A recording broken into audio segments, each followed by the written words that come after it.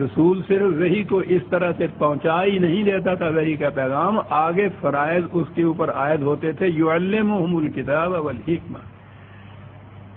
آپ کو معلوم ہے کہ قرآن کریم نے یہ کہا ہے کہ تم تو ایک طرف خدا بھی اس قوم کی حالت میں تغیر نہیں کرتا جب تک کہ وہ اپنے اندر ایک تغیر نہ پیدا کرے۔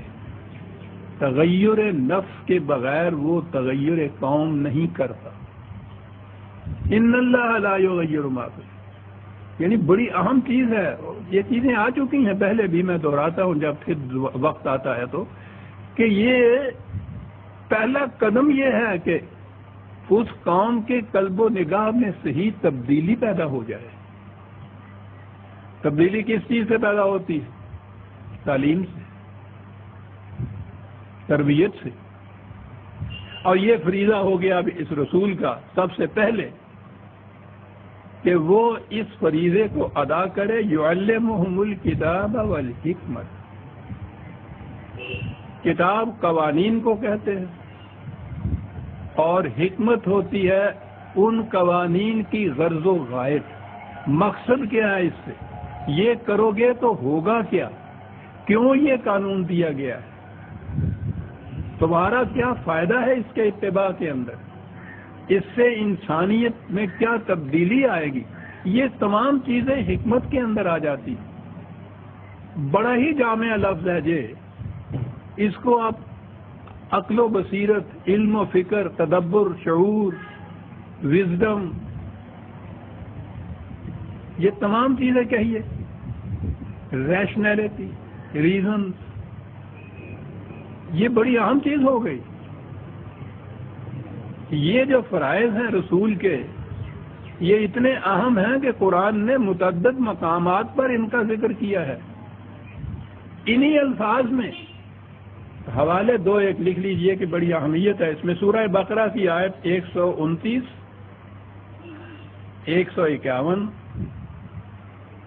سورہ آل عمران کی آیت 163، یہی الفاظ، اور چوتھی جگہ یہ سورہ جمعہ کے اندر۔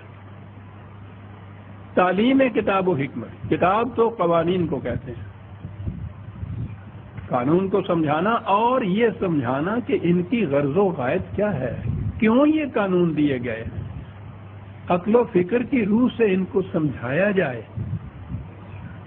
قانون کا احترام پیدا ہی اس صورت میں ہوتا ہے جبکہ اس کی علت، مقصد، غایت سمجھا دی جائے اور وہ مطمئن ہو جائے کہ ہاں صحیح ہے بات، یہ اس قانون سے یہ ہوگا تو مجھے اس کی پابندی کرنی چاہیے۔ یہ جو قانون تھوپ دیے جاتے ہیں کسی کے اوپر، وہ اسی لیے ان سے سرکشی برتی جاتی ہے، خلاف ورزی کی جاتی ہے کہ قلب و دماغ مطمئن نہیں اس سے ہوتا۔ یہ جتنے بھی آپ کے ہاں یہ ملوکیت، شہنشاہیت، آمریت، یہ ان کو کیوں قرآن نے ناجائز قرار دیا، غلط قرار دیا ہے؟ اس لیے کہ قانون تو وہ بھی نافذ کرتے ہیں، قوانین کی حکمت نہیں بیان ہوتی وہاں کہ کیوں نافذ کیا جاتا ہے۔ رسول کا فریضہ یہ بتایا کہ وہ تعلیم دے گا قوانین کی، اور یہ پھر مطمئن کرائے گا ان کو فکر و تدبر، علم و بصیرت کی روح سے، آرگومنٹس کے ذریعے سے، ریزن کے ذریعے سے، کہ یہ قانون کیوں دیا گیا ہے، تمہارا اس میں فائدہ کیا ہے، اس قانون کے نافذ کرنے سے یا اس قانون کے اتباع کرنے سے ہوگا کیا۔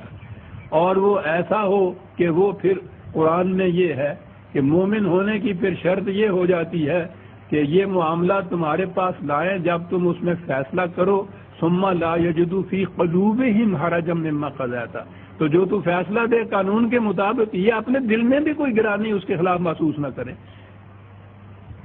کیونکہ انہیں تو معلوم تھا، وہ مطمئن ہو چکے تھے کہ قانون کے اتباع سے ہمارا ہی فائدہ ہے، اور یہ یقین تھا کہ جو اس نے فیصلہ کیا ہے رسول نے، وہ قانون خداوندی کے مطابق ہے، تو مطمئن تو ہو ہی جائیں گے نا۔ پھر وہ قانون کی حکمت بیان کرنا اتنی عظیم چیز قرآن بتا گیا ہے کہ جتنے بھی کہتے ہیں کہ صاحب حکومت کی فارم کیا ہوگی، شکل کیا ہوگی، جزیات کیا ہوں گی، ارے یہ ساری چیزیں بعد کی ہیں، دو ہی تو چیزیں ہیں جسے آپ اسلامی نظام یا اسلامی حکومت کہتے ہیں. من لم یحکم بما انزل اللہ فاولئک هم الکافرون. کفر اور اسلام میں امتیاز یہ ہے کہ جو کتاب اللہ کے مطابق حکومت قائم کی جائے، فیصلہ کیا جائے، وہ اسلامی ہے، جو اس کے خلاف جائے گا وہ کفر ہے. پہلی چیز تو یہ ہے. دوسری چیز یہ ہے کہ یہ مطمئن کیا جائے امت کو کہ یہ جو کچھ قانون نافذ کیا جا رہا ہے اس کی غایت کیا ہے، اس میں تمہاری بہتری کیا ہے، اس کی منفعت کیا ہے، اور امتی کو نہیں بلکہ انسانیت پوری جو ہے اس کو مطمئن کیا جائے کہ اس قانون کی غایت یہ ہے اور اس قانون کی منفعت بخشیاں یہ ہیں، مطمئن کیا جائے. تو کتاب کے ساتھ حکمت کی تعلیم جو ہے یہ فریضہ نبوت تھا. اب حکمت آپ کے ہاں، پھر میں بعد میں آؤں گا اس طرف. یہ تو تعلیم ہے، تعلیم کا تعلق انٹلیکٹ سے، دماغ سے صرف ہوتا ہے. یہ ذہنی چیز ہے. بڑے بڑے پڑھے لکھے دانشور، کوالیفائڈ، ہائیلی ایجوکیٹڈ آپ کو ملیں گے، ان کا کردار دیکھیے تو اتنا گھناؤنا ہوتا ہے کہ صاحب اتنا کچھ پڑھ لکھنے کا فائدہ کیا ہوا اس واسطے یہ کہ انہوں نے دو حصے کیے. دماغ کا مطمئن ہو جانا یہ تو فلسفے سے ہو جاتا ہے، خالص عقل سے ہو جاتا ہے. اگلی جو چیز ہے نا یہ کہ صاحب اس کے کردار پہ اس کو کچھ بھی اثر نہیں ہے. وہ جسے اصطلاح میں ہمارے ہاں قلب کا تغیر کہتے ہیں نا، وہ اگلی چیز ہے. وہ پہلی چیز جو ذہنی یا دماغی یا انٹلیکچوئل سیٹسفیکشن ہے وہ ذہن کو مطمئن کر دیتی ہے. اگلی چیز جو ہے کہ وہ قلب کے اندر تبدیلی آئے، یہ تربیت سے آتی ہے. یہ ہے جو اگلی چیز بھی رسول کی ذمہ داری کہ ان کی تربیت اس قسم کی وہ کرے کہ وہ دماغی طور پر مطمئن ہوں کہ جو خدا کے احکام ہیں وہ کس طرح سے ہمارے لیے، انسانیت کے لیے منفعت بخش ہیں. اس کے بعد سیرت و کردار کی تربیت اس قسم کی ہو جائے کہ پھر ان قوانین کا احترام اور اتباع کا جذبہ ان کی قلب کی گہرائیوں سے ابھرے. یہ نہ ہو کہ پولیس والا کھڑا ہے یا نہیں. یہ فریضہ تھا رسالت کا.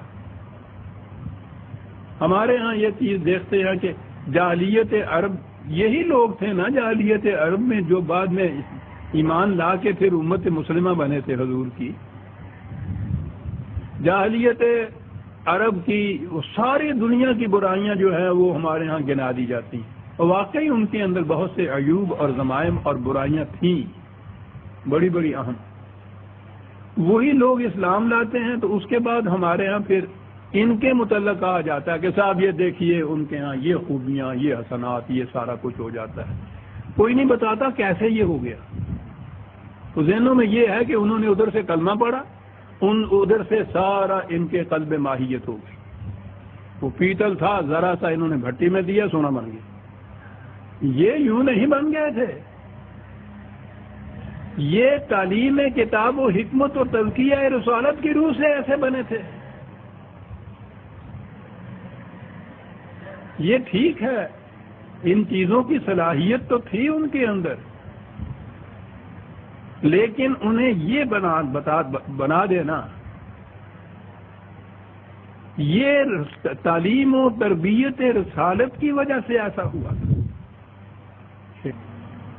جو ہمارے ہاں ہے نا کہ رسول اللہ صلی اللہ علیہ وسلم نے آرزو یا دعا کی تھی خدا سے کہ یا اللہ، مکے کی زندگی میں جب مصائب سے پوری طرح گھرے ہوئے سے کہ یا اللہ ابو جہل یا عمر ابن خطاب میں سے کسی ایک کو میرے کو اسلام لانے کی توفیق عطا فرما دے، یہ میرے ساتھیوں میں سے ہو جائیں. تو بڑا جوہر تھا ان کے اندر، ضائع ہو رہا تھا، غلط سمت کے اندر ہو رہا تھا. وہی عمر تلوار ہاتھ میں لیے ہوئے پھر رہا تھا، ابو جہل ہر وقت مصیبتیں پیدا کر رہا تھا. تو بڑی صلاحیت تھی.